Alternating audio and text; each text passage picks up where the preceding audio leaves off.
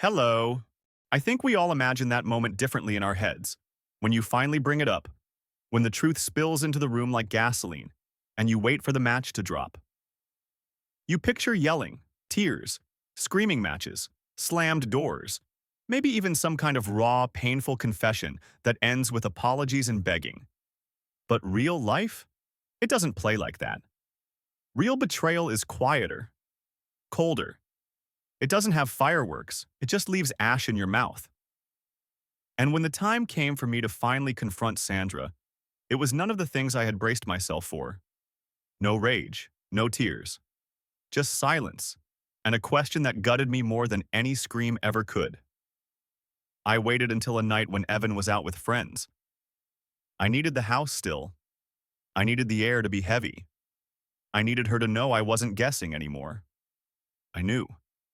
I didn't want there to be any debate, no room for wriggling out of the truth, no denials to untangle. So I printed the screenshots, one after another. Every message, every photo, every time-stamped proof that she'd been living in another man's arms while I thought she was at yoga class or buying milk. I sat at the table and lined them up like evidence in a murder trial, because that's what it felt like something had died. When she walked in, I didn't say anything at first, just looked at her. Watched her set her purse down, kick off her shoes, and walk into the kitchen like it was just another Wednesday evening. And maybe for her, it was. Maybe she thought the lies were deep enough to hold, or maybe she was just tired of hiding. I reached for the folder and slid it across the table toward her. She blinked down at it like I'd handed her someone else's mail. Then she opened it. And for a long while, she just stood there, flipping slowly through page after page, reading her own words, the pet names, the late-night whispers, the promises that dripped with lust and deceit. She didn't gasp, didn't cry. She didn't say my name or cover her mouth or try to spin it with a stammering excuse. She looked up, folded the pages neatly, set them on the counter, and asked, "So what now?" That's what she said. So what now? Like this was some kind of business negotiation. Like we were about to divide a budget instead of a marriage. Like I was inconveniencing her with my hurt. That was the moment I understood something I hadn't let myself believe until then. That Sandra wasn't sorry. She wasn't caught in a weak moment. She wasn't lost or confused or torn between two lives. No, this wasn't a mistake. It was a decision. She had chosen him, again and again, and all I had done was catch up to the truth. She didn't apologize, not once. No tremble in her voice, no wet eyes. Just that same calm, hollow gaze she'd started wearing months ago, like she'd been waiting for me to figure it out so we could finally get on with whatever this was. And somehow, that hurt worse than if she'd fallen to her knees and cried. Because it meant she'd already moved on. She'd already mourned whatever we had. I was the only one still holding the casket. I didn't answer her question. I just stood there, stunned by how little of her I recognized. This woman who used to laugh so hard at my jokes, she'd snort and make me swear never to tell anyone. That woman was gone. The woman who used to stay up with me talking about growing old on a lake somewhere or adopting dogs we couldn't afford, or retiring early to write novels. That woman had been replaced by someone who could look at proof of her betrayal and ask, "So what now?" like it was a business meeting. I went to bed early that night. Not our bed. I couldn't. The idea of her side of the mattress still carrying his scent, of her perfume soaking the pillow we used to share, that was too much. I grabbed a blanket, walked down the hall, and lay on the living room couch in the same clothes I wore all day. Didn't bother brushing my teeth. Didn't even turn off the light. Just lay there, staring up at the ceiling fan spinning slowly above me, counting each rotation like it might lull me into forgetting. But sleep didn't come. What came instead was a kind of slow-burning nausea, not in the belly, but in the heart. That kind of grief that doesn't make you cry, it just leaves you staring. Hollowed out. Trying to make sense of how long you've been living next to someone you never really knew. Because the truth is, I didn't lose my wife that night. She was already gone. That body, that voice, that face, they were just echoes of a person who had checked out long before I found the messages. And all I was left with was the shell, the residue of someone who used to love me. I thought back on every moment I had brushed off, The gym visits, the late returns, the empty eyes during dinner, and realized they weren't red flags. They were exit signs, and I'd ignored them all. The next morning, I walked into the kitchen to make coffee out of habit. She was already up, sitting there in her robe, scrolling her phone, just like always. No tension in the air, no aftermath. Just a quiet morning between two people who no longer had anything to say. She looked at me once, didn't smile, didn't speak, and I didn't either. Because what could I possibly say to someone who was already a ghost? You think the worst part is the cheating. You think the gut punch of finding out your wife has been in someone else's bed is the knockout blow, and maybe for some people it is. But for me, that wasn't the moment that broke me. No, what really crushed me came after. When the masks came off, when the gloves came on, and the woman I had once promised forever to didn't just want to leave, she wanted to gut me on the way out. I used to think if we ever hit the rocks, we'd handle it like adults. Civil, measured, fair. After all, we had history, a son, a house full of memories, and 22 years of shared life. You don't just toss that into the trash bin with the Chinese takeout boxes. Or at least, I didn't think you did. But I had no idea who I was dealing with. The day she mentioned lawyers, it was like she'd been waiting for the right cue in a script. No warning, no, let's talk this out, just a calm, calculated statement over coffee like she was ordering a salad. I've spoken to a lawyer, she said, setting her mug down like punctuation. We should start dividing things up. That's it. That's how she said it. Like we were roommates splitting up after a lease. My jaw clenched so tight I felt the crack in the back of my molars. We haven't even discussed anything, I told her, trying to keep my voice even, trying to pretend I wasn't standing in front of a firing squad. You went to a lawyer? She didn't flinch. I have to protect myself, Jacob. I gave up everything for this family. I deserve my share. Her share. Her share. She was talking about my pension, the one I poured sweat and years into, the one I bled for on overtime shifts, skipping vacations, pushing through sickness to make sure the bills got paid and Evan could have new shoes when he outgrew the last pair. And now she wanted half of it. Not because she needed it, not because she earned it, but because she saw it as a prize at the end of a marriage she'd already walked out of emotionally months before. I found that second phone. And it didn't stop there. She wanted the house. Not just any house, but my house. The one my grandfather built with his own hands. The house that held my childhood, my son's first steps. Every Christmas morning, we'd spent around a fireplace that had seen more real warmth than Sandra had given me in the last 5 years. That house wasn't just bricks and wood. It was roots, legacy, family. And she wanted it on a spreadsheet under her column like it was a couch or a set of wine glasses. She even had the audacity to bring up the fishing cabin in Vermont. A tiny, rickety place with squeaky floorboards and no cell service. My little retreat. The one place I could still breathe when life felt too heavy. I used to go there to think, to fish, to remember who I was outside of being a husband, a father, a provider. And now she wanted that too. It's marital property, her lawyer claimed. She's entitled to half its value. I remember sitting across from my own lawyer, hands balled into fists, as he laid out her demands. I wanted to laugh. I wanted to throw the folder across the room. But mostly, I wanted to scream. Not because of what she was taking, but because of how she was doing it. Not with sadness, not with regret, but with surgical precision, like she was performing a clean amputation of a body she no longer needed. She cried during the mediation, not real tears, no shaking shoulders or sobs, just delicate little dabs at the corners of her eyes with a tissue, her voice quivering just enough to sound authentic.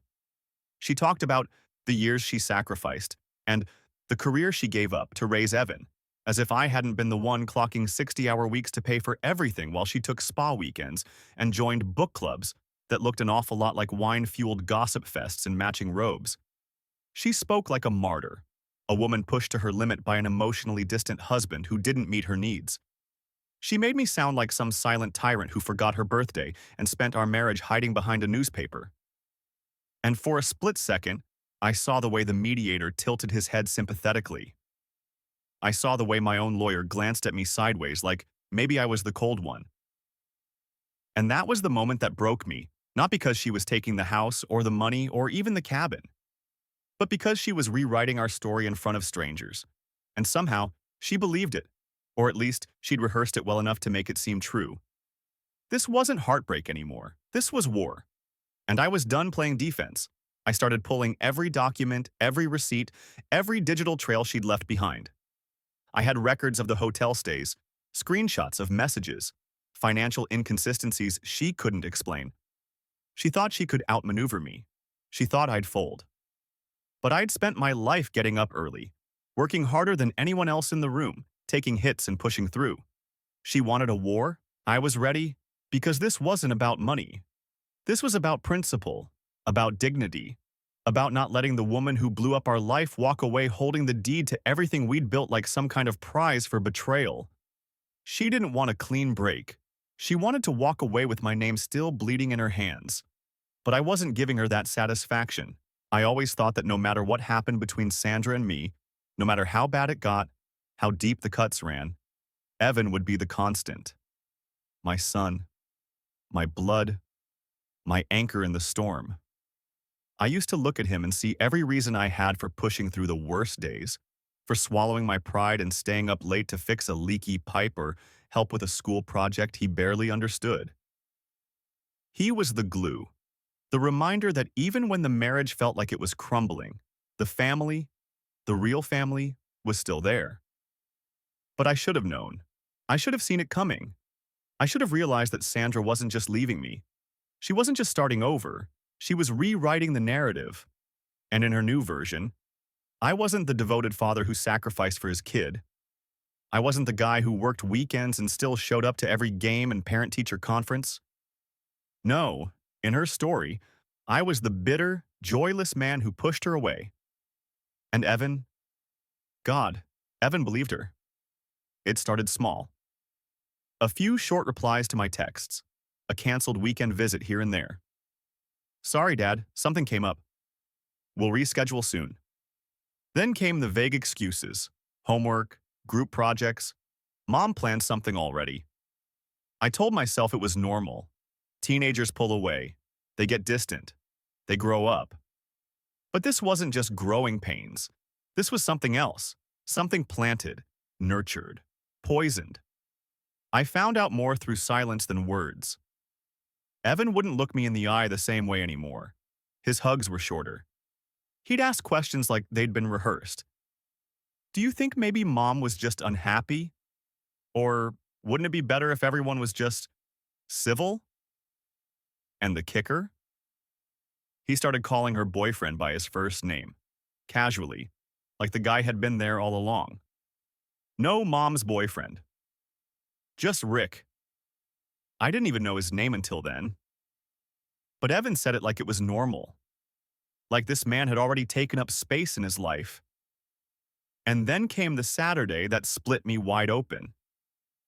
It was a crisp fall morning. One of those rare Saturdays where the light feels gold, the air is cool enough to wear flannel, and you can actually breathe.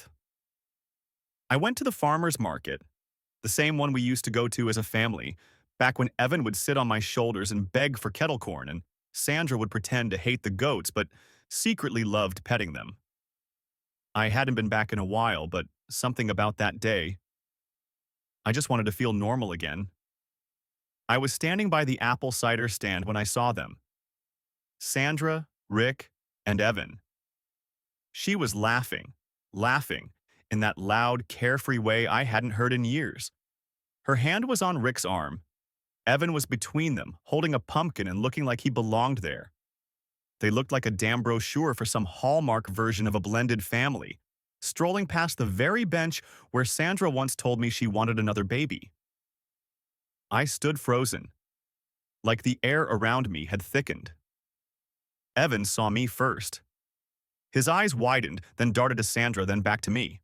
He waved. Not big, not happy. Just a small, uncertain twitch of the fingers, like he didn't know if it was allowed. I waved back. I didn't smile. I couldn't. My face wouldn't move. Rick looked at me, too. No guilt, just a nod.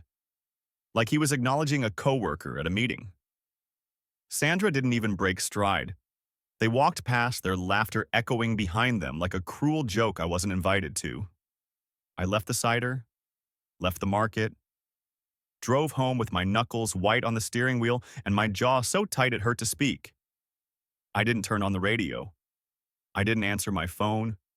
I just went home, sat on the couch, stared at the fireplace, and then, like some masochist looking for a deeper wound, I pulled out the old photo albums. There was Evan, missing his front teeth, covered in chocolate on his first birthday. Sandra holding him at the beach, both of them windblown and laughing. The Halloween where I dressed as Frankenstein and she was a witch, and Evan refused to wear anything but a Batman cape. All those frozen moments, trapped behind plastic film, mocking me. Because in those pictures, we were real. We were a family. We were a unit. Not perfect, not polished, but true. And now it was gone. Replaced by some staged version of happiness where my son held hands with the man who helped dismantle our marriage, while I sat alone in the ruins of it. I realized something that night, something heavier than even the betrayal. I didn't just lose a wife. I was losing everything: the home, the rhythm, the traditions, and worst of all, my place in my own son's life. It's one thing to be cheated on. It's another to be erased. I used to believe that people didn't change. They just revealed who they'd been all along. That belief used to make me feel wise, maybe even a little noble. Now? Now I see it for what it really was.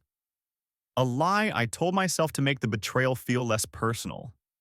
But this part, what she did next, this stripped away every illusion, every ounce of nostalgia, every memory that had even a flicker of warmth. Because this wasn't about love anymore. This was theft. This was war. It started with something simple, mundane even, a grocery run. I was picking up essentials, doing what I always did, trying to keep the wheels of my fractured life turning, trying to keep some rhythm in a life that had been hijacked by someone else's selfishness. Eggs, milk, bread. I'd even grabbed Evan's favorite cereal out of habit, not realizing until later that he probably wasn't going to show up that weekend. I got to the register, swiped my card, and the little screen blinked red. Declined. I felt a jolt, like maybe the machine had glitched. I tried again. Same result. I reached for my phone, half apologizing to the kid behind the counter, pulled up the bank app, and my heart damn near stopped. Zero. Zip. 74 cents in checking. Less than $10 in savings. And our joint retirement account? Gone. Every last cent, $38,000, transferred to an account I didn't recognize. Just gone. And like a freight train smashing through my gut, I remembered the last time I saw that money. I was helping her set up an automatic transfer years ago when we were still pretending to be a team. This is our safety net, I told her. For later. For us. Apparently, later meant her sipping cocktails in paradise. I stood there in the checkout lane with a carton of eggs in one hand, my phone in the other, while the truth slammed into me like ice water down my spine. I left the groceries, walked out without a word, drove home on autopilot, the air in the car thick and suffocating. I didn't cry. I didn't scream. I just stared through the windshield with tunnel vision, my mind churning like a broken engine. I called her, straight to voicemail. I texted, no reply. I emailed. That's when I got it, an automated out-of-office response. I'll be unavailable while traveling. Please contact me again after the 15th. Traveling. No explanation, no apology. Just a digital brush-off while she lived it up somewhere sunny with the man who helped destroy everything I thought I could count on. Later, I found out where she went. Key West. One of her friends couldn't resist posting photos. There she was, grinning in a sundress, drink in hand, her legs draped over his lap like a trophy. My wife, my money, his arms. while I sat at home trying to figure out how I was going to pay the damn mortgage. You'd think that moment would have broken me, but it didn't, because something inside me cracked in a different way. Not like a bone snapping, but more like a rope pulling taut and refusing to tear. The rage didn't explode. It calcified, hardened, turned into something colder, sharper. Not anger, not heartbreak, just resolve. She wanted a fresh start? Fine. But I wasn't about to let her burn my life to the ground and dance in the ashes like it was some victory parade. I spent that night going through every account, every statement, every file I could access. I traced the transfer, tracked the shell account, the timing, the approval that required my signature until 6 months ago when she must have taken my digital info and changed it all. This wasn't an accident. This was planned, deliberate. She had been getting ready for this while I was still booking anniversary dinners and hoping for date nights. She'd been laying the groundwork to walk away with everything while I was still trying to fix the cracks in our walls. And that's when I stopped feeling like the victim. That's when I realized the only way to beat someone like Sandra was to stop playing by the rules I thought we both respected. Because she didn't. She never did. She didn't just leave me, she looted me. Like a thief in the night wearing a wedding ring. I called my lawyer the next morning. Told him I wanted full access to everything. I wanted discovery. I wanted subpoenas if necessary. He told me it'd be hard, but doable. I told him I didn't care how long it took. I wasn't settling, and I wasn't walking away quietly. If she wanted a fight, she'd get one. And I wasn't going to flinch. I started documenting everything. Building a case. Not just for court, but for my own damn dignity. Emails, texts, statements, photos. Every dollar she took, every lie she told, every minute she spent building her new freedom on the back of the man she left behind. I kept it all, because I wasn't the man she abandoned anymore. I was the man she underestimated. It's a strange thing, waking up in a place where the walls don't remember your past, where every creak in the floorboard, every hum of the pipes is unfamiliar, and somehow, that unfamiliarity is what makes it feel like home. My apartment sits above a hardware store on the edge of a small town that has no idea who I am or what I've been through. No sideways glances at the grocery store. No neighbors whispering about what she did or what he must have done. Just quiet. And for the first time in a long time, I'm learning how to breathe again. It's not fancy. The windows stick. The fridge rattles when it kicks on. The walls are thin enough that I can hear the old man downstairs cursing when he drops a wrench. But it's mine. And I can't describe the peace that comes with locking a door that no longer has her name on the mail. 6 months. That's how long it's been since Sandra left for good. Since I stood in that kitchen and found out what betrayal tastes like. And now, with all that distance between me and her, I've started to see things more clearly. Not just what she did, but who I was while it was happening. I used to think healing would look like revenge, like a courtroom victory, like a dramatic confrontation where I walked away stronger and she walked away shamed. But it doesn't work that way. Healing is quieter, slower, messier. I kept my job, even after everything. I needed the structure, the normalcy. I show up, clock in, do the work, and leave. There's something about routines that keeps you from spinning off the planet. And on weekends, I fish. Nothing special, just a rod, a folding chair, and the lake outside of town where I sit for hours watching the water ripple and pretending I'm not thinking about her. Sometimes I write, not for anyone else, just for me. Just to empty the thoughts that still echo when the nights get too quiet. Writing, I've found, is the only way to bleed without leaving a mess. The divorce is almost final. My lawyer says she's still trying to get her hands on my retirement. Still clawing for a bigger cut like the years I gave her weren't enough. But I've got a solid team. And this time, I'm not just handing things over. Not anymore. I stopped being her doormat the moment she emptied our bank account and posted photos of her beachside romance while I was scraping together bills. But the hardest part, the part that still keeps me up some nights, is Evan. He was never supposed to be in the middle, never supposed to be the rope in this tug of war we didn't ask for. He was just a kid trying to understand why his family cracked open like cheap glass. And for a while, he believed her version. Of course he did. She got to him first, whispered lies into his ears while I was trying to hold the house together, told him I was angry, distant, broken. Maybe I was toward the end. But I was never absent, never indifferent. I told him the truth a month ago.